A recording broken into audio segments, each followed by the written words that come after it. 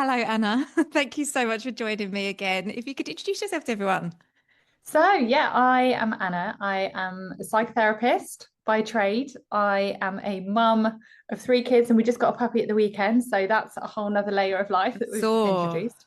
Oh, I saw no. that we have a dog. The Yeah. dog life is Yeah. is good. It's Well, good. do you know what? I'm really enjoying even just sitting on the patio waiting for her to do a wee because I'm just Yeah. sitting out there like numerous times a day. And my kids are now 7, 9, and 11. Nice. So I'm finding life, I've just got a little bit more capacity again.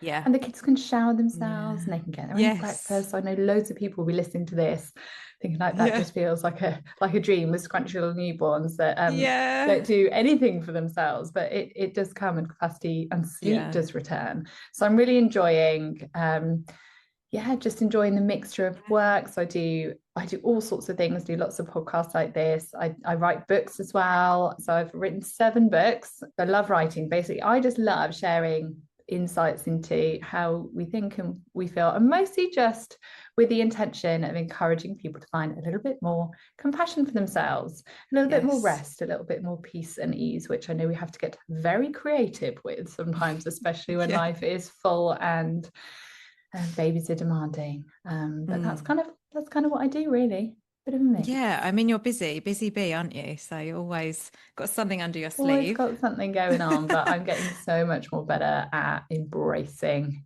Mm. slowness and finding slowness and rest. Yeah. And Gosh. it's really, you have to get creative about that. But When your puppy is old enough to go out for walks, you'll be like loving the oh, walks. And I that's can't part wait. of my favorite part of my day, especially when the weather's nice, it's sunny Yes, and it's just a little hour of just me and the dog and just getting it's you out lovely. there. I think that's Mm. it because we find, as with so many of the things that we enjoy, they just get demoted, don't they, to the bottom of the Mm. list. So even if you're someone that loves walking and getting outside, often Yeah. everything else just crowds in. I think Yeah. having a puppy, Yeah. it just make you well, you have to get You out. have to. Yeah, you have to. Yeah. It's a reason to do it, isn't it? Mm. But so we are here to talk about your seventh book, which is really exciting. So can you share a little bit about what it's about and kind of the inspiration behind where it came from?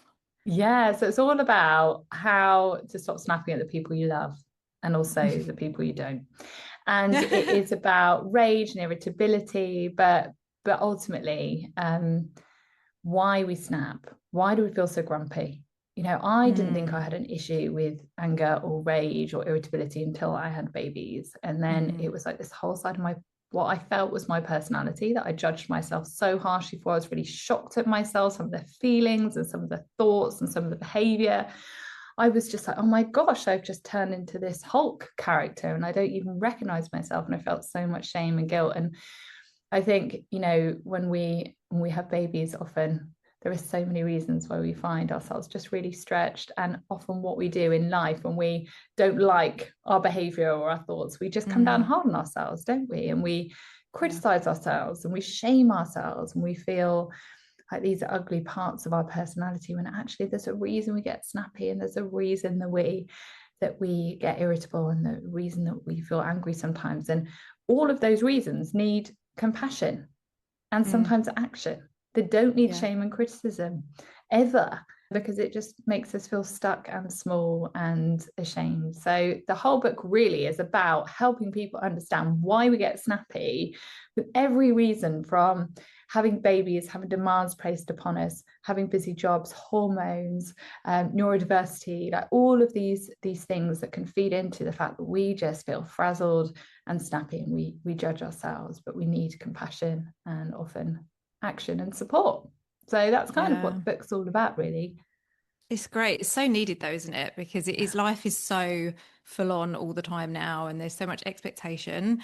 So yeah, when you go from, being maybe just you to having a newborn or even having just you and a toddler and then a newborn, it's Yeah, just another extra kind of overwhelming piece, isn't it? it And yeah, is. It it's is. And hard. if we think about it, before we have kids, if we want a wee, we go for a wee. Mm, If we're hungry, we make a snack. If we want a hug, we go meet up with a friend or turn to as our partner. If we want some space, we get home mm, and we just slob on the sofa and we have a bit of stillness and a bit of rest. And actually, often we feel calmer, but it's because we're meeting our needs. Yeah. Whereas when we have kids, there's often a million and one things that Yeah. feel like they're shouting louder, and Yeah. demanding more. Do you know what I find really hard with kids is having to be everybody's brain all the time. So like, Mummy, I'm hungry. Like, okay, Yeah. having what can I have to eat? Okay, now I have to think about what you can have as a snack, as well as all this other stuff that I'm thinking about. Yeah. It's and like, where's this item of clothing, or where's that? It's kind of being multiple people's Oh, brains it all the is. time. It's such Yeah. a lot. You just have to expand capacity so much, don't you? And the cognitive load of all of that, like even if you're dishing out snacks and you're like, right, I need to add that to the shopping list. And Yes. I know, like, well, we're running low, and oh goodness, actually, we're running out of toilet roll, and it's Yeah. like this. And what does that mean for the next milk feed? We're gonna have to, and Yeah. oh my gosh, and it's just constantly this ticker tape of Mm. thought. Yeah. And I don't think we realize how much it takes from us, so then Mm. we're grumpy and we're tired and we're snappy, and Yeah. we think, what is wrong with me? And actually, when we start thinking about it, it makes so much perfect sense as to why, Yeah. because we're depleted and we're stretched, and it's a hard place to be. So, for the people listening who are maybe pregnant with their first, or perhaps maybe with their second or subsequent baby, that kind of early postpartum period, especially I think when you do have a newborn, but also a toddler, and I've been there, I know that is quite tricky because I've also got a 7 and a 9-year-old, so similar ages to yours as Yeah, well, like yeah, close gap, yeah, kind of very close. intense Yeah. time. Yeah. Why is that situation like such a perfect storm for snapping? Do you know what? I think the one of the bits of information that I have found so transformational in having compassion for myself, and I share this with pretty much every client that I ever have where this comes up. I say your nervous system does not discriminate between a baby that is screaming at you, is hungry, and a toddler that is shouting for snacks. You know, your brain, when you're frazzled, sees that as a threat to your calm, to your equilibrium. So it's like it gives you this flood of hormone, like this stress hormone, adrenaline, the cortisol, and it gives you that sense of fight or flight, right? Your brain is basically very primitive in the amygdala, which is like the fire alarm threat bit of our brain. And it is saying, make it stop, get away, make it Mm. stop. So what comes out of us is often like, just stop shouting at me. I can't keep everyone happy. And we just feel that stress state. And it's because that primitive part of our brain doesn't have the capacity, because we're often frazzled. And we can talk about kind of like how sleep deprivation and all of this kind of feeds into it, is that we don't have the capacity to hold on to that cognitive part of our brain that is going, this is my baby. I love my baby. This is my toddler. It's just having a hard time. Like, let's take a breath here. Let's remember what we read in that helpful book about this stage of parenting. And, Yeah. we're just like, this is stressful. Make it stop. Yeah. And I think that's so helpful to know, because often we judge ourselves so harshly for our reactions, when actually it's that very primitive part of our brain that is going, my safety, my calm is at threat, make it stop. Yeah. And the more exhausted we are, the more stretched we are, the more sleep deprived, the more unsupported we are, the harder we find it to ask for support, to let people step in, to lower the bar so that we're not reaching for perfection in every way. That is just additional pressure. And it Mm. means that we lose the ability to access that kind of calm part of our brain that can choose how to respond. So it's just like out of reach. So we Yeah. react, and it's hard because we're like often physically depleted, like the sleep deprivation that lowers emotional regulation and impulse control. So we're more Mm. impulsive and more reactive. You've got the hormonal shifts, you've got the recovery from birth, you've got like feeding demands, the Mm. mental load, like there's very little margin and recovery time, especially if you're juggling children. So you've got low capacity for Mm. calm and high demand. So feeling snappy and irritable, it's not surprising. It's actually really, really Normal. predictable and normal Yeah. and understandable. I remember when my youngest was a newborn, and I remember this still so well. And I really, Mm. even now, think back and think I really regret like how I snapped. But I remember she was in the hall in the pram, and I was trying to get her to go to sleep. You know what they're like Oh, teeny it's tiny so newborn. hard. And then my toddler, who wasn't even 2 yet, was like making a noise, so she wasn't going to sleep. And I Oh, remember just completely like yeah, losing it. Everybody yeah, like yeah, shouting, "Go to yeah, sleep!" And I still now think back and think, "Oh my God, that was so not a version of me that I even recognize," because yeah. you're so in that stage where you've got loads of hormones going around. You don't look like you've just had a pregnancy and given birth and you don't recognize yourself. And then you've got all of that going on and you give yourself such a hard time for it. Such a hard time. I Such a felt hard so time. bad. I Yeah. still do. When actually, can you find compassion for that version of you that was Yes, stood I in that can hallway now. so desperately trying to get everyone out and Yeah. try to probably be at Yeah. a baby class or something, so Yeah. desperately trying to parent well, you're probably absolutely bone tired. You're Yeah. navigating that shift of being aware of your toddler's feelings about having a sudden baby just like emerge in the house, Yes. and how she'll be Mm. feeling, and you think about that Mm. you standing in the corridor there just Yeah. feeling so flawed by everything and so helpless and so alone in that moment, because really you want to be like, help me somebody, where's the grown Yeah. up, and you realize that Yeah, the you are grown the up. grown up and you Yeah. are the one that everyone is looking towards and needing, Yeah. and it's all just too much Yeah. in It's that funny. I can feel moment. compassion now, but I think at Yeah, the time yeah, you're so hard on yourself, aren't you? yeah, So that kind of cycle that we have of that kind of snap and then the feeling guilt over it afterwards, how is the book helpful for helping us to break that yeah, pattern that we have, that yeah. cycle? So I think, that cycle, it looks like build up. We feel it Hmm. building up. It is an energy in our body. Like emotions are motion. They move through us. They're like chemical reactions. So we feel that build up, and it could feel like overwhelm. For me, it often feels like overstimulation, like everyone just be quiet. Like there's too much stuff going Yeah. into my brain and I've got too much stuff in my brain and it's all just too much. Unmet needs. So your Mm. need for rest, your need for support, your need for, often like food and drink, and even just going for a wee, like some of those basic Mm. bodily needs that so often at that stage just get overlooked and overridden. Hey, and then you have that snap, that moment, that release of pressure, and then you get the immediate guilt and shame that just sweeps in and says, who do you think you are? Like, you're a rubbish mom, all those things that we come down, that critical inner dialogue just comes down so hard on us. And then what happens is we overcompensate. We will be like so sorry that we will Yeah. promise ourselves we're going to do better. The number of times that I've gone up to my kids when they're fast asleep and like looking like little angels, and I'm like, oh my gosh, I completely failed you today. I feel absolutely Mm. awful. Tomorrow I'm going to be like so calm. I'm going to literally be so present. I'm going to be the best mom.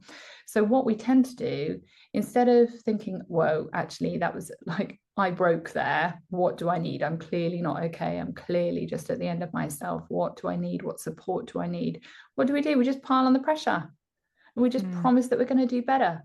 And we just put more pressure on ourselves instead of thinking, whoa, I need to be taking something off here. So we don't actually reduce the load, we We add to add the to it. load, Yeah. and the Yeah. problem isn't just the snapping, it's the lack of understanding sometimes of what actually caused it in the first place. What was the build up? What went overlooked? What went unmet? What support haven't you had? What words, Yeah. what feelings haven't been expressed? And I think thinking of it as capacity or lack of capacity, it's not who I am. Yeah. I'm not a bad person. I'm a good mum having a tough time, and I need some love and I need some help and I need a hug and I need a wee and I need a snack. And instead, we move from that place of like, what is wrong with me, to what do I need? What's going on for me? And that starts interrupting that shame loop and Mm. that temptation to pile on the pressure and the shame and the self-criticism, and that's where we start being able to build ourselves up and think about what do we need to do to repair from those moments, and what do we need to do to soften the likelihood of those moments. Not perfection, because these moments are absolutely still going to happen sometimes, but it's what's happening around it, how are we supporting ourselves. And I think that's what the book does, really. It's just about trying to interrupt that shame loop and thinking, what Mm. is this actually telling us that moment? So what are some of the realistic ways that we can reduce the snapping before it gets to the point of snapping? What are some, realistic things new mums who are tired, Yeah. overwhelmed, hormonal can do Yeah. to reduce it. So thinking about what do you need, about Mm. asking yourself, and often I'm saying this to my clients, what do you feel, what do you need? Because I think so often our focus is on the baby. What does the baby Yeah. need? Is the baby overtired? Does the baby like need a nap? Does the toddler need, whatever it is, we're constantly looking outside of ourselves. And I think as women, we're so used to doing that, like in our lives anyway. And it just kind of, we up the ante. And I think, just turning towards yourself and saying, what do I feel? What do I need? And normally when I ask my clients, tell me 3 things that you need. And these are often frazzled mums. So these are the mums that we're talking to. And maybe to the person listening, saying, what are the 3 things that you need right now? Tell me 3 things that you need. And normally that is where the tears come, because Mm. they don't even know. Like the number of times Yeah. they'll And no say, I don't one's even know what I asked. need. No one's No one's asked. asked. They've probably And not thought yeah, themselves. yeah. And if you appear confident and capable, and on the surface you're like, Yeah.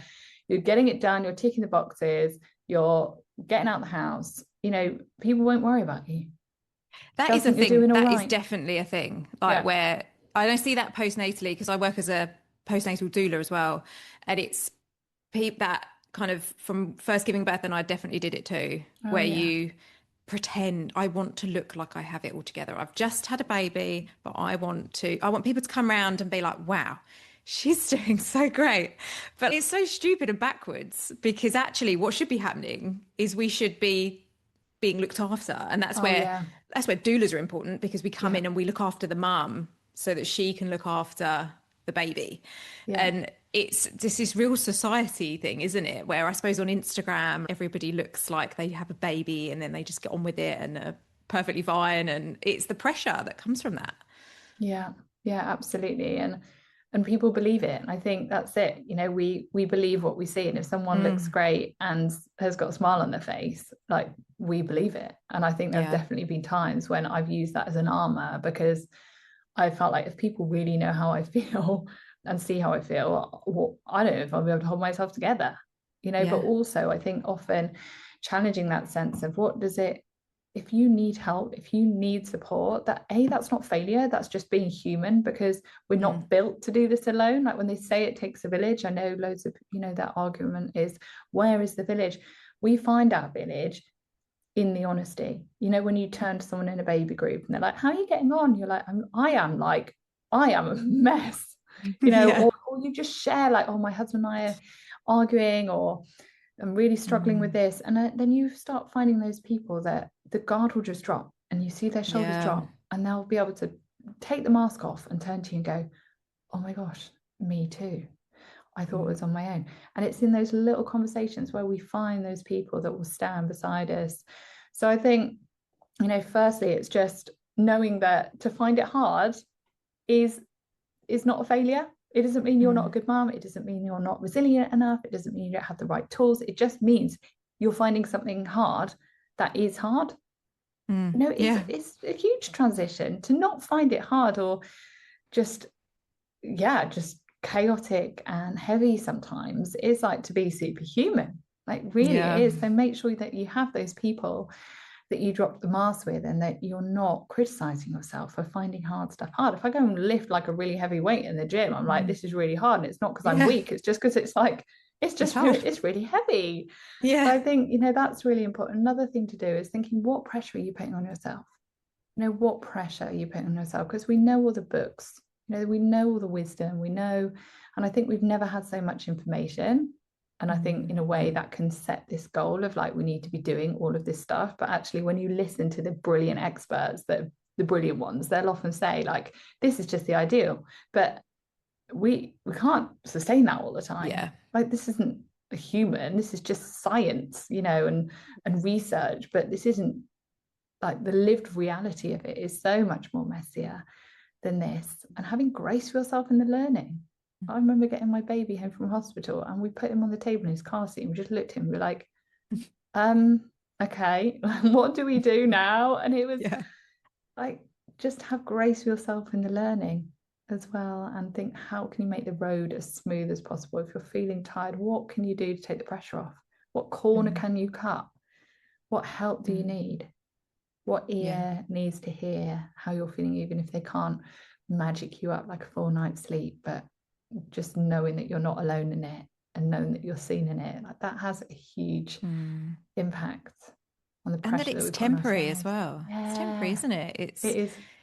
like you said about your kids sleeping, like that's true. Like you Yeah, do get to a stage where they do stuff by themselves and they do absolutely. sleep. And when you're in the trenches of it, it feels like it's going to last forever. And then suddenly you realize, So oh, true. they used to get in my bed and it used to really annoy me, but now I kind of miss it. Yeah, and it's true. But when you're in survival mode, when you're in that mode of like head down, keep going, like, oh, I've just got to get through and just drag myself through, even though I'm so tired. And, we become kind of laser focused on what is in front of us. And that is like very much the survival brain. It's like we're not there thinking about perspective. And in a few months' time, we'll remember so and so, her babies are older and now they're like this. And we're not thinking about the bigger picture. We are like laser focused on what is in front of us. And it feels like the whole world. Yeah. I remember nights that my kids didn't sleep and it would be like, this is just going to be like this forever.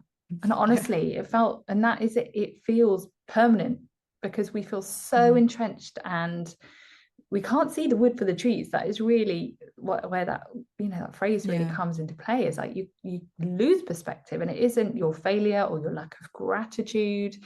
It's just that's the way your brain is wired to be. So sometimes just, even like grabbing onto the arm of a mum with older kids, like in the supermarket, and being like, tell me what's ahead. Please remind me that this will pass. And just letting other people kind of speak into that situation and just give you, like, turn on the little light in that kind of sometimes very like physical dark room and just give you, a bit of hope from ahead.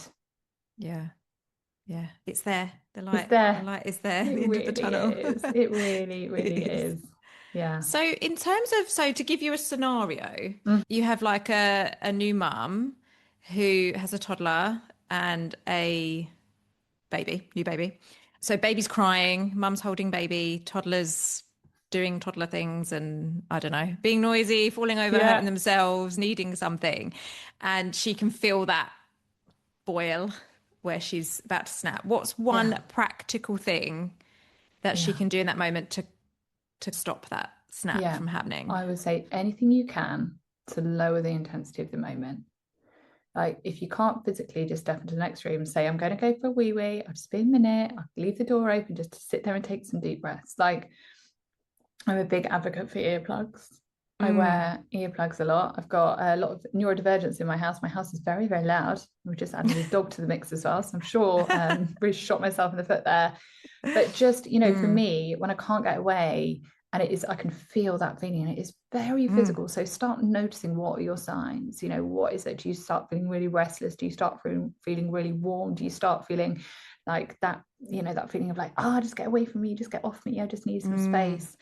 Start noticing what your little signals are for that feeling when you're not necessarily at that boiling point, but you can Yeah. start becoming more in tune with, as that feeling is building up. Maybe it's even the day before where you start just feeling really irritable, and it might be that your friend messages you, and instead of thinking, oh, that's so nice, I need to chat with her, it's like, oh my gosh, just another thing that adds to my list of things I Yeah. need to do, and it all just feels too much. So start noticing what your tells are, but lower the intensity of the moment in whatever way you can, and not your expectations of yourself. So lower the intensity. I think, how can I soften some of this sensory input? Can I literally put my headphones on? Can I get some earplugs that I just keep? I have some on my keyring. I have some in my kitchen drawer. So they're always with me, because actually, Yeah. even if I can't get away from the noise, which is, when we're stressed, our body does not know, it just, all sensory input feels threatening, right? So Mm. noise, loud noise, even if it's happy noise, even if it's, remember my Happy, yes, toddler, happy noise. yeah, Sorry. happy noise, yeah. Yeah. Like, I remember once my toddler like having a great time, like running this little toy tractor over the radiator, and I was literally like, I just wanted to like Oh grab it out of no, his that hands and noise. throw it across the room, but I was like, it's happy noise, but it still felt stressful because my Yeah. body was like, too much, it's too much, make it stop, because the amygdala was firing off. Mm. And so lower the intensity, put some earplugs in, just put your hand on your chest. Just sometimes we just want to feel held. And if no one is there to hold us, because we are too busy holding everyone else and everyone wants to be held by us, even a simple thing of just like putting a firm hand on your chest and just reminding yourself, giving yourself that sense of not being alone, just something to anchor you. It might be putting some music on and some headphones just to give yourself a little bit of respite. It might be just going to the window, opening it up, taking a deep breath of air to remind yourself that there is a world outside and it is not all loud and hard and demanding. So just lower the intensity in any way that you can. Take a slow, deliberate breath, because as we know so much about the breath in labor and like pregnancy and for those contractions, that is a tip to use for life, because it says to your body, you're safe, this is okay. And it brings in that kind of the parasympathetic nervous system, which is the opposite to the fight or flight. It's that like rest and digest state that's what you're trying to do in labor. So it's like we can use that for toddler tantrums. It is amazing. It says to that little girl inside of you that is just panicking and saying, this is too much, can't do this. It's like, you're safe. It's okay. It's okay.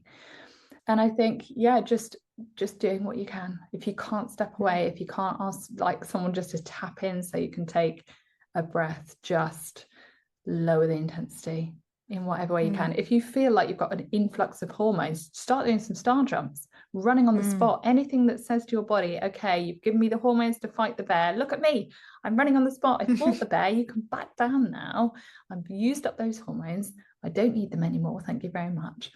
Sometimes just physical movement, or putting on some fun music in the kitchen, having a kitchen disco or a tune from the clubs back at college or the clubs. I haven't been to a club in ages. No, do they sounds exist? like a nightmare. I don't even know. I'm not going in there. I'd rather be on the sofa in my onesie. Yes. But just thinking, what feels comfortable, what feels safe, what can remind me in this moment I feel like a child, just that I'm safe. And then that means that we can start accessing that more rational part of our brain again, that can hold perspective and can steady us a bit more. I definitely do the breathing, like I do, because I obviously practice what you preach. I do tell everybody that breathing's really important all the time, and that it is a life skill. I do, and also teach the kids it. I think it's important that they can calm themselves as well. And modeling it for them. I used to have a lot of driving anxiety, and now I drive on the motorway all the time with my kids every day to school. And some days I will be driving past a lorry, and one of those intrusive thoughts will come, and I will take really deep breaths and long exhales. And my daughter's saying, "What are you doing, Mummy?" And I'm like, "I'm doing my deep breathing to calm my body down, tell my body that I'm safe." And it's such a brilliant skill for them. Oh, it's so good. I do. If they're ever having typically it would be like at night, when they're supposed to be going to bed and they're having a moment of, you know what kids are like, and getting a bit flustered and a bit overwhelmed. I think it's so important. And now they do just know that it really helps. And if they've got any anxiety about anything, just doing that breathing is because it is so beneficial. I do it myself. So absolutely. And we need it at that point of day. And I, not too long ago, I felt that real feeling rise up, and I was trying to get the kids down, because often I'm on my own because my husband works really late hours. I'm trying to get all three kids to bed, and they're playing up and they're coming out their rooms, and I am literally like, oh my gosh, I just need you in bed right now, for goodness sake, I just need some space. And then I feel really guilty, and I think I should be grateful, it's the real privilege. And I think often we try and gratitude our way out of this state, when actually they can coexist. You can be really grateful, but you can't gratitude your way out of being frazzled and empty. No. Just like you can't look at an empty petrol tank and be like, oh, I'm so grateful that I've got a car. I'm so grateful. It's not going anywhere. It's empty. Like you can be as grateful as you want for it, but it's still empty. And I think, I was kind of shaming myself, and you're not, I need to be more grateful. This is a real privilege to be able to have these kids to put to bed. And I just reminded myself that I can't gratitude my way out of being empty. I have met the edge of my capacity, and this is where my capacity has ended. And it is understandable that I am feeling stressed. It's a lot. And sometimes even just recognizing that truth is enough to start taking the pressure off yourself. Because when we come down hard on ourselves, that increases stress, right? Because that little girl inside of us just feels like she's a terrible person and she didn't deserve any of this good stuff, and she's not good enough. So knowing that actually it's just a sign that you are done and you have needs that haven't been met it stops us from bullying ourselves, and it makes it a little bit easier to apologize and then go and find a way to meet our need, which is probably being Yeah. horizontal in the quiet Yeah. for a minute. Yes, exactly. Breathing. Yeah. So in terms of like older children, how is there a way to explain it to older? Like if you do snap, because obviously Mm. toddlers and babies, I mean, they don't really understand what's happening, and it's probably a little bit Mm. harder to explain it. But with older children, like the ages of ours, is there a Yeah. way of explaining it so that they kind of understand what's Yeah. happening? So I think it's saying sorry. And I think so Mm, many of us think, oh, what does that do? But actually, how many of us really heard our parents say sorry I to know, us? yeah. You Yeah. know, Right. and it has huge impact because what sorry says, it's taking responsibility. And we might say Mm, something like, I shouted earlier and that might have felt really scary. I'm sorry. mm, And then I think what I often do is then give a reason for why hmm. I shouted, not that has nothing to do with them, Yeah, not a not a justification. justification. So Yeah, it's a like, I'm reason. really sorry. I Mm, shouted because I'm feeling really grumpy. Or my kids now, I've told them all about what it means to be hormonal, yeah, right? So I will say, yeah. I'm feeling really hormonal. I'm feeling really grumpy. I'm really sorry. I shouldn't have shouted.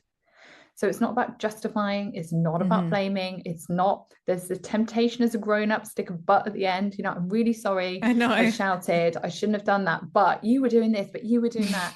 It's like, well, actually, I remember my son saying to me the other, like a while ago, and I was like, I'm really sorry for shouting at you. I'm really sorry. I was just feeling really stressed. I'm really sorry. And he's like, no, it's okay, mummy. And I'm like, no, Oh, it's not ideal, Charlie. I shouldn't have shouted at you. I yeah, I haven't, I really need to go on a walk, and I haven't gone on a work. I haven't really had too much time. I've not been very good at my work. I've done too much work and I'm yeah. really tired, and that's on me. So it's taking that responsibility in a way that isn't about justifying or blaming or over apologizing. We over Mm, apologize by way of we feel so guilty. We want to be like so sorry and keep saying I'm so sorry. And then it almost puts it on the child to then be reassuring us. And then it yes. creates that dynamic. So it's just say no, say no, I'm really sorry. I shouldn't have done that. This is why I'm low in capacity. And sometimes now my kids are older, I'll be like, I'm gonna go to bed early tonight. Mm, I'm gonna have a nice chat with daddy tonight. I'm mm, going to go on a walk with my friend tomorrow because I'm just feeling a bit stressed or a bit lonely. And I mm. and I haven't spoken to a friend for a while and I need to do that. So that can also be really helpful because you're then Yeah. modeling the You're fact modeling, that yeah, yeah, that actually yeah. we need as humans, and it's really It's important important. that we meet those. And then it's about reconnecting. So Yeah. what does that look like to restore that sense of safety? Because when that connection is broken, it's distressing. It's distressing for us. It can be a bit distressing for them. So that reconnection is a way of kind of closing the loop. We might do that through cuddling or through playing, through just being Mm, present. And it teaches our children this really, really important lesson that they will never learn if we never snap and never get it wrong. mm, That yeah, relationships can stretch and come back together. That yeah, conflict is not the end of yeah, connection. That it's okay. We lose it. We're human. We say sorry and we come back yeah, together. We take yeah. responsibility. And no one, we can't learn that lesson if it's if anyone's human. Like perfect parents do not prepare children for an imperfect world. Like they're going to need to know No. this stuff because they're Mm, going to need to do this stuff. yeah. So we get to model it for them. What about how, so say you like snapped at night, is the Mm. next day, like, is there like a time frame of when that kind of apology needs to come, or is the next day fine when you're feeling calmer? I suppose there's no point doing it if you're still feeling all hyped No up. point doing it if it's still very active because our nervous systems, like if we're still in that very stress like tight state, we're saying something they're not feeling on a nervous system kind Yes. of. It's all to do with neuroscience and like mirror neurons and all Mm, of this. But when like someone is, I'm really sorry, they're not. yeah. You Yeah. just know they're not. So then you start Yeah. gaslighting yourself because you're like, but they're saying it, but I don't believe it. Does that mean that I don't trust that Yeah. so I think making sure that we can calm ourselves before we say sorry, Mm, that we can just get a hold of ourselves, get a hold of that kind of cognitive part of our brain at the front there that tends to go offline. Just, anchor yourself so that sorry is a real sorry, an authentic sorry. And time frame wise, I mean, I think we get better at doing that. that kind of, especially when we don't have to go through that whole cycle of like, I'm a failure, I'm rubbish, I'm going to be perfect tomorrow. When we just skip that step and we just go, wait a minute, I am not okay. Like that is a flag that has just popped up, like a warning light that has just come on. What do I need? It's so much easier then to transition into that space of apology and taking responsibility. Yeah. No, yeah, I do always try and apologize if I am aggy, which happens sometimes, obviously. But yeah, I think it's good yeah, and important. yeah, it is. So obviously, snapping doesn't just happen with children, and in those kind of really early newborn or new parent days, they can happen with partners as well. So how, Occasionally. like, occasionally, how can partners and couples support each other best in those early days to avoid snapping? Yeah, I think it's knowing that you're both exhausted, you're both going through a huge transition. Even if as a mum you feel like you are like in the trenches of that day-to-day transition, you know, your partner will absolutely be going through that as well. You're both sensitive, you're both probably tired, running on low capacity. So I think, the important thing is we can get into this scorekeeping thing. You did this, I had that, you had half an hour, now I have half an hour. And I think it's so important to think about, what is it that refuels you? What is it that you like to do? For me, it is curling up with a book. I am just like, with no one demanding anything of me. I'd rather curl up with a book than watch TV. For my husband, he loves going out and like playing some sort of sports, right? That's what he likes doing. So if he's going out and say, if he's going out and playing a few hours of golf, and then I'm like, well, you've done that, now I need this. But actually, that's not even what refuels me. I don't want to go out and play golf. I want to just curl up with a book. So it's knowing that actually the things that you need probably look different and might take a different amount of time, or you might need different amounts of them. So it's just recognizing when we're scorekeeping, we're overlooking so much. We're overlooking that one person might feel absolutely bone tired in the sleep way, whereas the other person might just not have had time with a mate, and are feeling low on the connection level. So it's about just recognizing that we both have different needs. We're on the floor in different areas of like the mental or the physical or the emotional energy. It's not the same, so therefore what we need isn't the same either. So name what's happening as a shared load. It's not, we need to think together, we need to get creative. What do we need individually, and how can we kind of facilitate that for each other in a way that is avoiding scorekeeping? Tag team where possible. When I had my first was very textbook, which was just wonderful, but led me into a totally false sense of security. And then I cracked on and did it again within a year, and was like very much humbled by my second experience. But my husband was so keen to help, but I just did not want him to help, because I was just in an absolute state. I didn't want him to see how low I actually was at night. I got him to sleep in a different room. He was desperate to come and help me. I felt like it was personal failure as my role as a mother if he was to actually help me with the nights. So I think sometimes it's recognizing that you need each other. Like, you need to tag each other in. If you have support, take it, and start practicing this when you're pregnant. If someone offers you a cup of tea and you're in your own house slobbering on your sofa with your big belly, just let them go into your kitchen and make you a cup of tea. If someone says, do you want me to like drop some food around, you're like, no, it's fine, don't worry about it. Just say yes. Just start practicing saying yes to any offers of support, so that when you really need it, it doesn't feel like a huge thing, really pushing yourself out there to ask for help. So I think, I wish I'd taken that advice, and that would have been great. But I think also, when it comes to wider support in your relationship, so often we let people in when things are neat and tidy and we've got resolutions to them.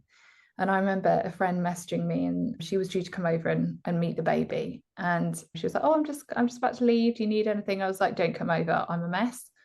Because I was a state. Like I felt like a state. I hadn't like had a shower. I was in a tearful kind of hormonal mess. Like the house was a mess. And I remember looking at that message before I sent it in my hand. It said, don't come over. I'm a mess. And I thought, Anna, This Yeah. is when you need Yeah. people Yeah. to come and be that village. So I deleted the don't and I just Oh, sent it and just good. said, come over, I'm a mess. And she came round. And I think it's knowing that Yeah. you as an individual, you as a family unit, it's a lot and it's big and Yeah. it's wonderful and it's amazing and it's just, such a gift, but it is also a lot. And Yeah. you need people.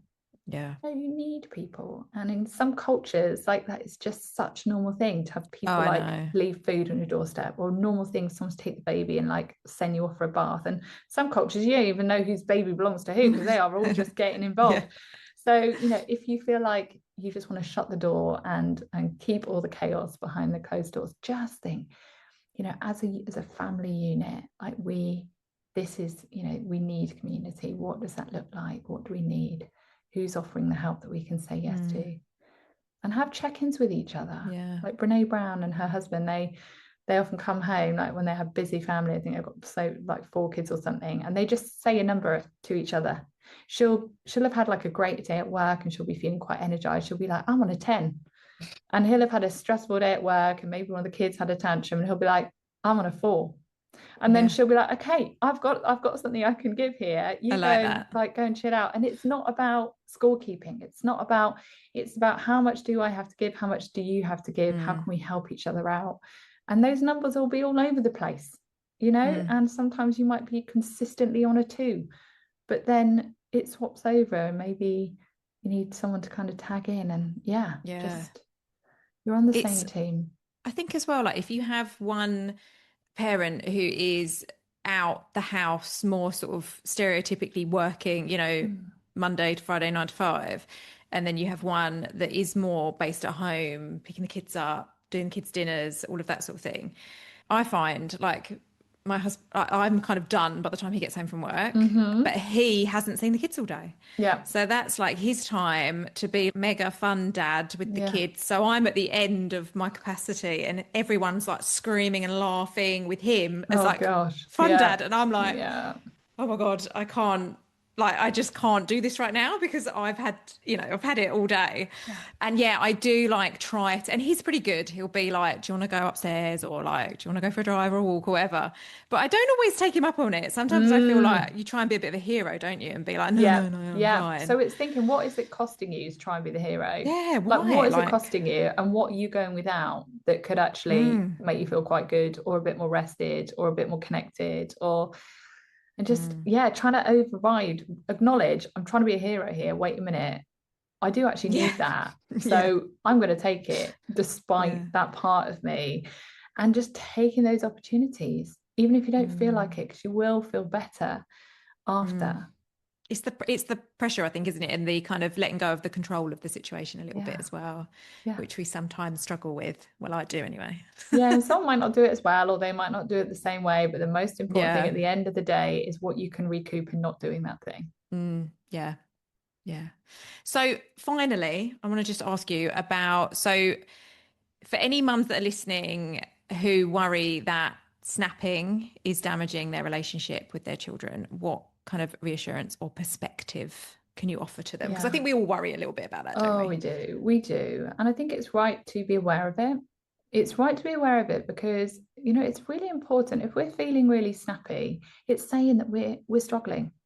Mm, If the warning lights are on the car all the time, what is it saying? It's saying that it needs some attention.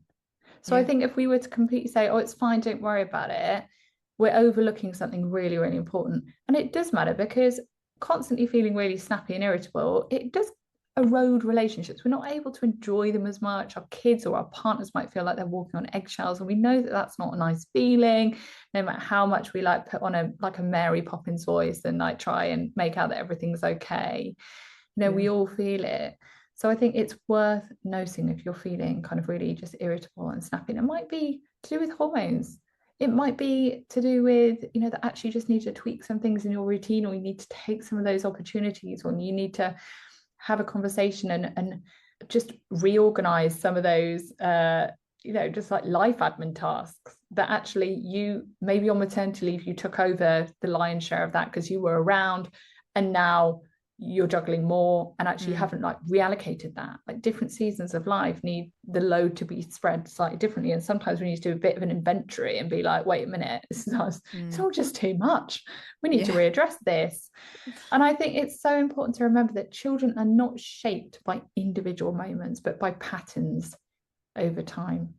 They're not shaped by just those moments that feel hard and messy. They are shaped by consistency in love in the bigger picture, how we repair after that Mm. rupture, and how available we are emotionally.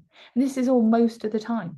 It's not all Mm. of the time. There are so many amazing stats out there that say, it's about getting it right. I mean, there's one that says 40% of the time, there's one that says 50, 60% of the time. They're all really like Yeah. reassuring to hear, is that we're going to get it wrong, and that is the breeding ground for learning and modeling these important things like reconnection and repair.